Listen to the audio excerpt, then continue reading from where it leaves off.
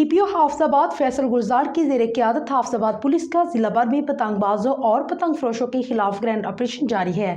मजीद तफसीलात bureau chief Hafizabad Umar Sajjad Mughal की इस रिपोर्ट में। इसी सिलसिला में डीएसपी सदर सर्कल और डीएसपी पिंडी बटिया की ज़ेर निगरानी सर्कल्स वाइज खसूसी टीमें तश्कील दे दी गई हैं जो जिला ख़ज़ा में पतंग फरोशों और पतंगबाजों के खिलाफ बड़े पैमाने पर कार्रवाइयाँ अमल में ला रही हैं। पुलिस टीमों ने जिला भर में 90 से ज़ायद मुलज़मान को गिरफ्तार करके उनके खिलाफ मुकदमात का अंदराज करते हुए तफ्तीश का आगाज कर दिया है।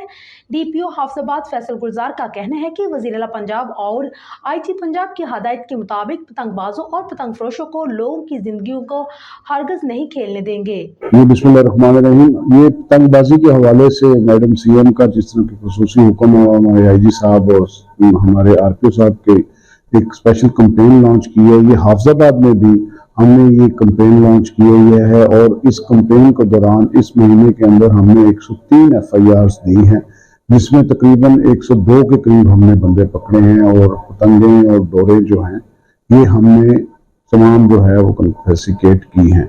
इसमें मेरी पेरेंट्स के साथ और उन लोगों के साथ ये रिक्वेस्ट है कि काइंडली अपने बच्चों को इस खूनी खेल से मना करें।